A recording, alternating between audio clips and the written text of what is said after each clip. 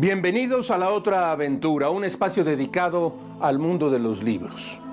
El novelista estadounidense Henry Miller dijo que la mayor parte de la escritura se hace lejos de la máquina de escribir. ¿Hay una fórmula para escribir, algún ritual, una rutina que garantice más páginas llenas? Lo digo rápidamente, no. Lo cierto es que hay que ganarle tiempo al trabajo, a la familia, a los amigos. Hay que ganarle tiempo a la vida para sentarse a escribirla. Jack London escribió un libro, Colmillo Blanco, del año de 1906, en una cabaña de Klondike, rodeada de lobos y con un dolor de espalda que le bajaba por las manos hasta los dedos con que tecleaba. Había cargado los baúles con sus pertenencias por varias millas, expuesto a inclementes temperaturas bajo cero. Carson McCullers, por otro lado, escribió Iluminación y Fulgor Nocturno, su último libro, en la habitación del hotel neoyorquino donde vivía tomando té con Jerez y con su perro al pie del escritorio. Concesión que hacían en el hotel por tratarse precisamente de ella. Al escritor cubano Eliseo Alberto le hacía falta una ventana para escribir. García Márquez, un calefactor. Puedo escribir bajo cualquier circunstancia, dijo alguna vez el Nobel colombiano, menos con frío.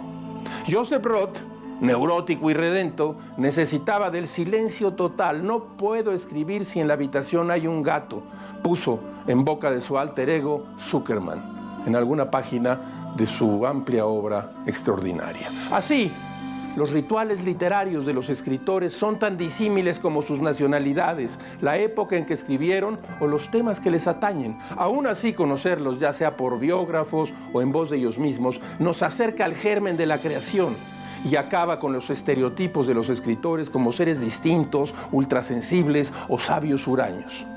Albert Camus lo dijo con gran precisión: el instante en que ya no sea más que un escritor, habré dejado de ser un escritor. Hoy hablaremos de rituales literarios, de los otros oficios de los escritores, de sus rutinas y de la forma en que tramaron su literatura. No se vaya, quédese aquí unos minutos porque se va a enterar de cosas muy interesantes, chismosas, curiosas. Les recuerdo, como todas las semanas, que fue Adolfo Bioy Casares quien escribió que leer era la otra aventura y que la primera era, probablemente, la vida misma. Estamos pues en la otra aventura.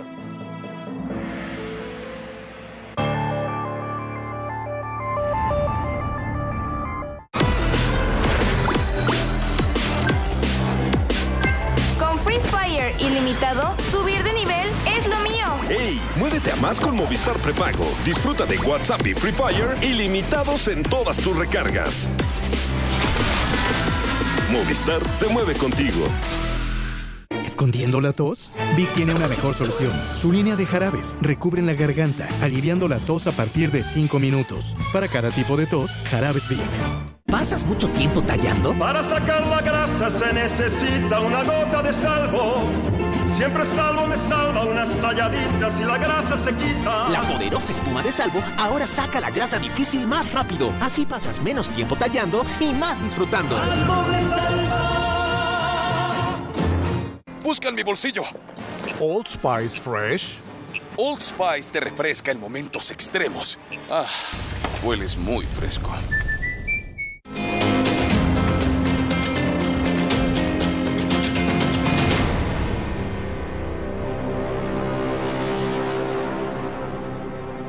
Les confieso algo, no sé cómo escribo.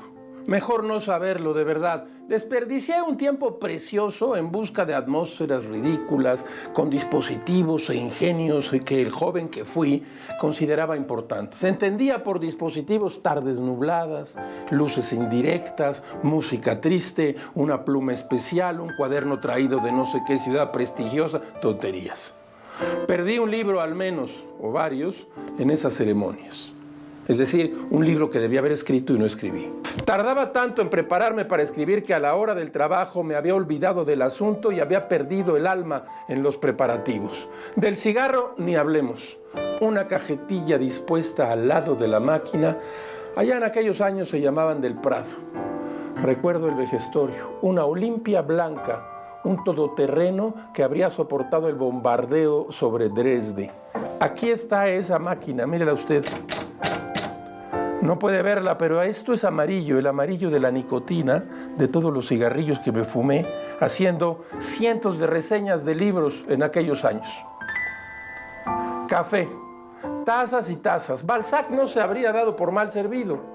Tomé tanto café que mi corazón se puso nervioso y una noche me despertó un escándalo, los latidos de mi corazón, una taquicardia de Padre y Señor nuestro. El doctor Román, mi médico de entonces, atendió mis miedos. Me prescribió, prescribir significa probablemente algo así como antes de escribir, una pastilla que se llamaba Cardiocedin y ordenó la mitad de cafeína diaria. Yo creía que así se convertía uno en escritor, no tanto escribiendo como prescribiendo en preparación para escribir. Con la lectura me pasaba todo lo contrario, por cierto, les cuento. Quizá nunca volveré a leer con tanta furia como en aquellos años. Acostado en la cama, en el baño, en la cocina, en un sillón, de pie. Cuento esto porque desde entonces la lectura acompañará siempre al acto de escribir. Si tengo un cuento entre manos, la subtrama encierra lecturas. Una historia larga, ni se diga. Escribí a algunos años una novela sobre la enfermedad y el dolor. Aquí la tengo, mire, se llama Perseguir la noche y la publicó Seix Barral. Escribí esta novela sobre el dolor. Una de las tramas menores, no tan menor, ocurre en la ciudad del año de 1900, la Ciudad de México. Para eso he tenido que leer una historia del Teatro Nacional y su construcción, una maravilla de época. No sé si sirvieron de algo esas páginas, pero sin esa lectura no habría estado convencido de la trama. Y luego la hemeroteca. Comparto con algunos buenos amigos la locura de los periódicos viejos. Pensamos que contienen todas las verdades, aunque tal vez solo oculten historias muertas. Eso me pone triste, como cuando se descompone una máquina del tiempo. Así escribo, recordando otros tiempos. Empeño la memoria en algunos de los conocimientos históricos que aprendí en las hemerotecas. Rubén Fonseca, el gran escritor brasileño, escribió lo siguiente: los recuerdos que preservamos desde la infancia y cargamos durante toda nuestra vida son tal vez nuestra mejor educación. Le dice Alyosha Karamazov a otro personaje. Y si solo uno de esos buenos recuerdos permanece en nuestro corazón, tal vez se convierta un día en el instrumento de nuestra salvación. Así escribo, en busca de alguno de esos recuerdos.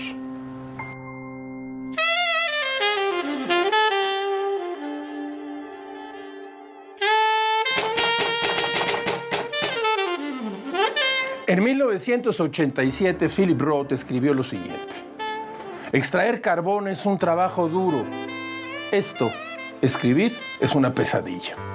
Hay una tremenda incertidumbre que es inherente a esta profesión, un nivel constante de duda que te sostiene de algún modo. Un buen médico no está en conflicto con su trabajo. Un buen escritor entabla una batalla con su obra. En la mayoría de las profesiones hay un comienzo, un medio y un final. Con la escritura siempre se está volviendo a empezar. Dado nuestro temperamento, necesitamos esa novedad. Hay mucho de repetición en este trabajo. De hecho, una habilidad que todo escritor necesita es la capacidad de permanecer inmóvil en esta ocupación profundamente desprovista de acontecimientos. En el año 2000, en una entrevista con el periodista David Remnick, Roth confesó que debido a que desde 1994 vivía solo, era habitual que escribiera todo el día. Decía Roth que su soledad, con la cual se sentía cómodo, le permitía regresar al estudio después de cenar o levantarse a las 4 de la mañana a continuar con algún manuscrito o compuscrito. Roth decía: siempre estoy trabajando, siempre estoy de guardia, soy como un médico en la sala de urgencias y yo soy la urgencia. Durante este periodo, que fue de 1994 a 2000, Roth escribió algunas de sus novelas más notables. Destacan los 3 títulos de su conocida trilogía americana: Pastoral Americana, Me casé con un comunista y La Mancha Humana, todas protagonizadas por su alter ego, el personaje Nathan Zuckerman. Yo tengo aquí, hay varias ediciones, yo he traído aquí la de Galaxia Gutenberg, trilogía americana, Pastoral Americana, Me casé con un comunista y en efecto La Mancha Humana, pero hay otras ediciones. En 1852, Napoleón III asumió el poder de Francia. Aquel acontecimiento obligó al escritor Víctor Hugo a vivir en el exilio. Hugo se asentó durante 15 años en Guernsey, una isla británica en la costa de Normandía. Fue allí donde logró su obra cumbre, Los Miserables, esto que tengo aquí. A su llegada a Guernsey, Hugo compró una mansión conocida como Hauteville House, una imponente propiedad en la que, según los lugareños, rondaba el fantasma de una mujer que se había suicidado allí. Hugo mandó modificar algunos cuartos de la casa. El más importante de ellos fue una habitación en la azotea que convirtió en un mirador de cristal. Aquel cuarto, con aspecto de invernadero amueblado, era el punto más alto de la isla. Desde allí, Hugo podía ver el Canal de la Mancha con dirección hacia la costa de Francia. Cada mañana, Víctor Hugo se despertaba por el cañonazo de un fuerte cercano, tomaba café recién colado y leía la carta matutina de Juliette Drouet, un amante que él había instalado a solo 9 puertas de su hogar en Guernsey. De desayuno tomaba 2 huevos crudos y después de eso se encerraba en su mirador para escribir hasta las 11. Al mediodía bajaba a almorzar y recibía visitas. Por la tarde solía visitar al barbero y en ocasiones daba algún paseo con Drouet. Gustaba de cenar en familia y durante la sobremesa se sentía obligado a disertar sobre temas filosóficos. Así vivió Hugo en el exilio, el escritor que se robó el siglo XIX francés. Yo utilizo, y lo hemos anunciado aquí varias veces, esta buena edición de Los Miserables, publicada en De Bolsillo. Si la encuentra usted, llévesela. Es como ver una telenovela, es como ver una gran historia de aventuras y desde luego una novela por entregas. Grandísima novela, Los Miserables de Víctor Hugo. Esta edición es de José Luis Gómez y traducción de Nemesio Fernández Cuesta. Víctor Hugo.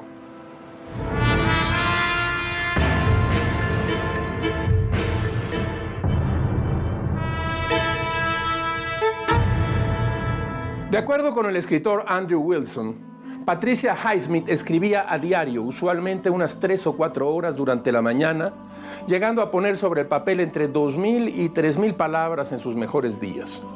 Para Highsmith, escribir era sentarse en su cama con cigarrillos, ceniceros, cerillos, una jarra de café y una rosquilla. Para ella, dice Wilson, era importante evitar todo sentido de disciplina para que la escritura fuera siempre un acto placentero. No es mala idea, piénselo usted. La autora de clásicos como Extraños en un tren, Carol o Ese dulce mal, nació el 19 de febrero de 1921 en Fort Worth, Texas, en la casa de huéspedes que tenía su abuela. 9 días antes de eso, sus padres decidieron divorciarse. Durante todo el embarazo, Bernard Plankman, el padre, presionó a Mary Coates, la madre, para que abortara. Coates accedió y tomó trementina, pero no pasó nada. La relación de Highsmith con su madre fue siempre tormentosa. En su autobiografía, la escritora confesó que debido a sus problemas familiares siempre tuvo un odio intenso que le provocaba sentimientos asesinos. En el prólogo de su libro 11, Graham Greene escribió que Highsmith fue capaz de crear un mundo claustrofóbico e irracional en el que entramos en cada ocasión con la sensación de que corremos peligro, con la cabeza vuelta un poco por encima del hombro, incluso con cierta resistencia, pues vamos a experimentar placeres crueles, hasta que, llegados más o menos al 3er capítulo, la frontera se cierra detrás de nosotros, no podemos batirnos en retirada y estamos condenados a convivir con algunos de sus muchos fugitivos hasta el final de la historia. Según Andrew Wilson, Highsmith acostumbraba a tomarse un trago fuerte antes de empezar a escribir. Esto lo hacía para reducir sus niveles de energía que tendían a ser maniáticos. Dijimos un trago, más de uno impide escribir. Su afición al alcohol comenzó en el final de la adolescencia y se agudizó al paso de los años. Bebía desde que se levantaba hasta que se acostaba para controlar su carácter y encaminar su creatividad.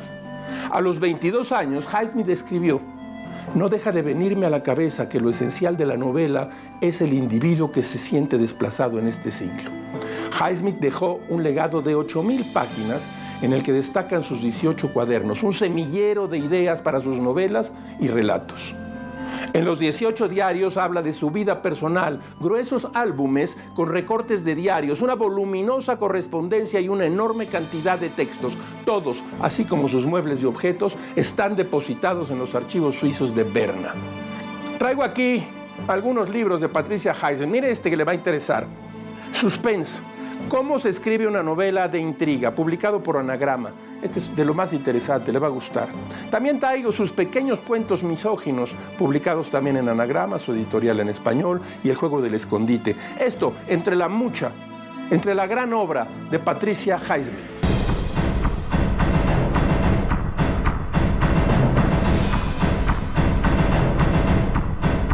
En algún momento del libro Conversaciones con Lobo Antunes de la periodista María Luisa Blanco, el escritor portugués dice lo siguiente: escribir es como una droga. Se empieza por puro placer y acabas organizando tu vida como los drogadictos, en torno a tu vicio. Un escritor hablando sobre su oficio es entonces una declaración de vicios y virtudes. En 2015, Cali Arena publicó Así escribo. Mire usted, aquí lo tengo. Aquí sepultado. Así escribo. 53 escritores mexicanos cuentan la forma en que enfrentan el misterio de la creación. Los compiló Delia Juárez, ilustrados por Daniel Camacho, y aparecieron en su primer momento publicados en la revista Nexos y ahora en este magnífico libro. Escriben entre ellos Francisco Hinojosa, un escritor que se ganó el cariño de los lectores más jóvenes con su literatura infantil y el de los más experimentados lectores con libros como La verdadera historia de Nelson Ives, Migraña en racimos o Un tipo de cuidado, o yo diría los cuentos éticos. Hemos traído esta sección del libro Así escribo, la confesión de Francisco Hinojosa sobre su forma de escribir, como cable eléctrico. Escuche usted. En total desorden, en el caos absoluto, saltando de un texto a otro, con fastidio cuando las musas me abandonan y con furor cuando me visitan. Todos los días, por las mañanas, por las tardes, por las noches y, con ayuda no infrecuente del insomnio, por las madrugadas, en silencio de preferencia, aunque de vez en cuando, según que escriba, con música, salsa, rock, Mozart, blues y una vez, juro que una sola, Los Tigres del Norte. Nunca con mariachi, con café, jugo o té antes de las 12, con cerveza cuando ya el jugo es legal, con un libro al lado que me empuje a escribir y me guíe por el buen camino. Tengo muchos además de Borges. Entre revisadas constantes al Gmail, telefonazos y todo tipo de interrupciones. En mi lugar de trabajo o en cuartos de hotel y aeropuertos. Nunca a mano, tampoco con máquina de escribir. Casi siempre con risa y a veces de plano a carcajadas. Antes de ir al súper o al banco y también después. Sin ganas o con muchas. De los niños a los adultos, del cuento al ensayo, de la poesía a las cartas, del pastiche al experimento. A 15 palabras por minuto o a 5 por hora. A pedradas, a latigazos, pensando en un amor imposible, en una deuda que tengo o en el menú del día. Con la emoción de un encuentro, con la decepción de una mala comida, con certidumbres, con dudas, de cada tanto con coraje, con la vida rota o con esperanzas, después de un abrazo o antes de un beso, sin saber por dónde comenzar o cómo seguir, deshabitado, inseguro, nervioso, como cable eléctrico, y sobre todo corrigiendo sin fin, buscando cada palabra, borrando demasiado. He tomado algunos de los libros que encontré y que tienen que ver con la idea, la forma y el acto de escribir. Déjeme que le cuente de estos libros. Edith Wharton, Escribir ficción, publicado por Páginas de Espuma. Un libro formidable. Un clásico de clásicos, Franz Kafka, Escrito sobre el arte de escribir. Este es un libro magnífico, lo publicó Fuente Taja. No es fácil de conseguir este editorial en México, pero hoy en día con la maquinita puede usted traerlo desde España. ¿Por qué escribe usted? Ediciones y talleres de escritura también de Fuente Taja. Más de 200 escritores de todo el mundo le responden. Gustave Flaubert, Aprendiz de escritor, 1830-1838, edición a cargo de Menene Gras.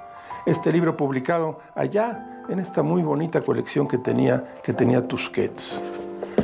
Ernest Hemingway, sobre el oficio de escribir. Bueno, mire usted, lo he leído una y otra vez, lo subrayo. Trae magníficos aforismos, máximas sobre escribir, y está editado por Larry W. Philip. Para ser novelista, de John Gardner, prólogo de Raymond Carver, también en Fuente Taja. B.S. Naipaul, Leer y Escribir, una versión personal, publicado en De Bolsillo. Marguerite Duras, Escribir, publicado por Tusquets. Y este último, que tiene que ver con esto y que es uno de nuestros escritores mayores, Sergio Pitol, Pasión por la trama, publicado por Ediciones Era. ¿Cómo escriben los escritores? Aquí lo descubrirá usted, y en parte también en esta emisión de La Otra Aventura.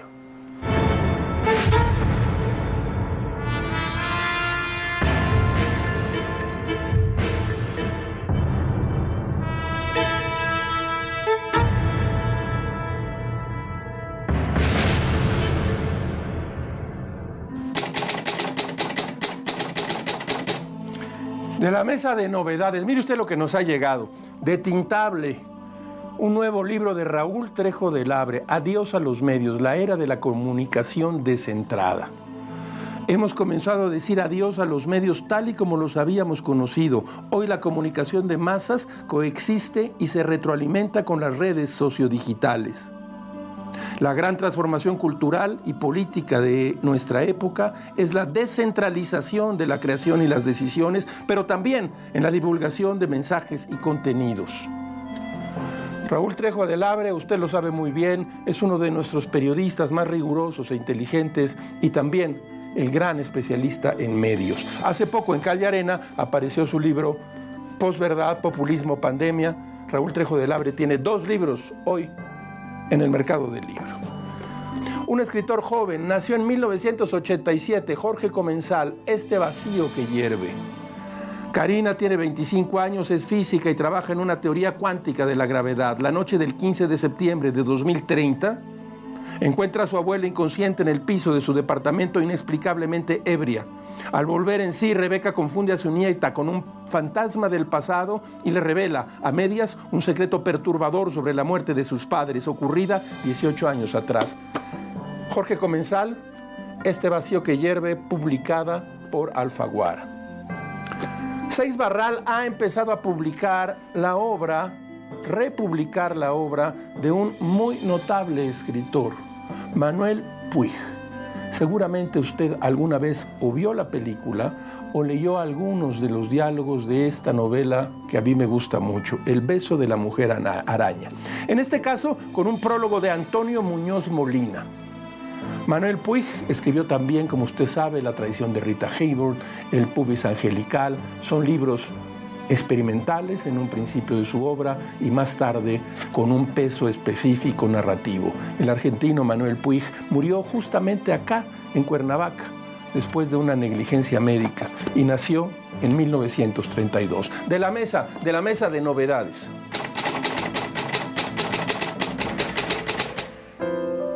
Sobre el oficio de escribir, el escritor mexicano Guillermo Fadanelli escribió lo siguiente: He olvidado las razones por las que escribir fue en un principio una actividad importante, casi una necesidad.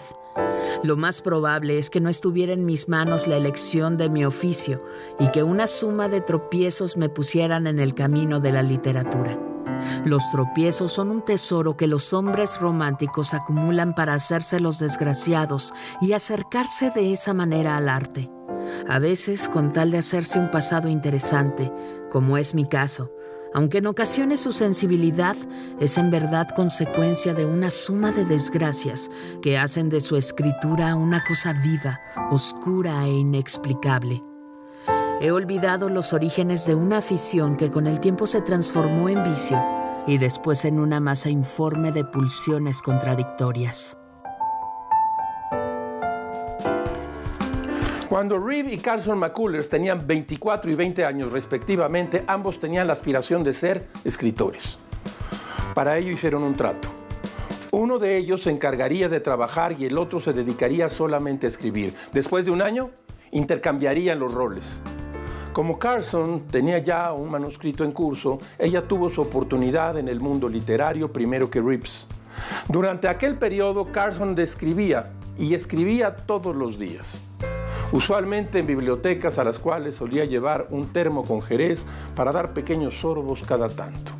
Por las noches, ella le leía a su esposo lo que había hecho durante el día y comentaban los detalles de aquellos relatos. Poco antes de que finalizara el primer año de su trato, Carson consiguió un contrato para publicar su novela El corazón es un cazador solitario.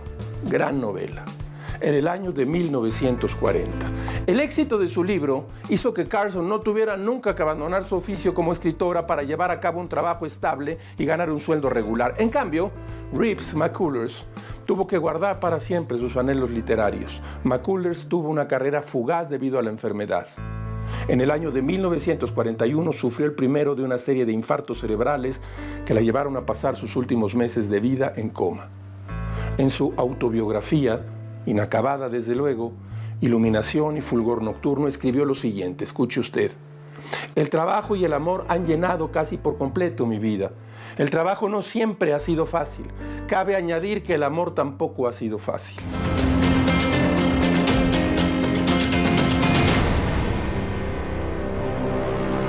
Como todas las semanas, usted encontrará aquí un espacio ¿para qué? Para la felicidad de las frases célebres, esas que se dicen aquí y allá, se repiten en la sobremesa. Escuche usted esta. Escribo como quien duerme y toda mi vida es un recibo sin firmar. Fernando Pessoa. Hemos llegado al final de esta emisión y esta aventura. Soy Rafael Pérez Gay y los espero aquí la próxima semana. Abres una puerta y aparece un mundo, eso es un libro.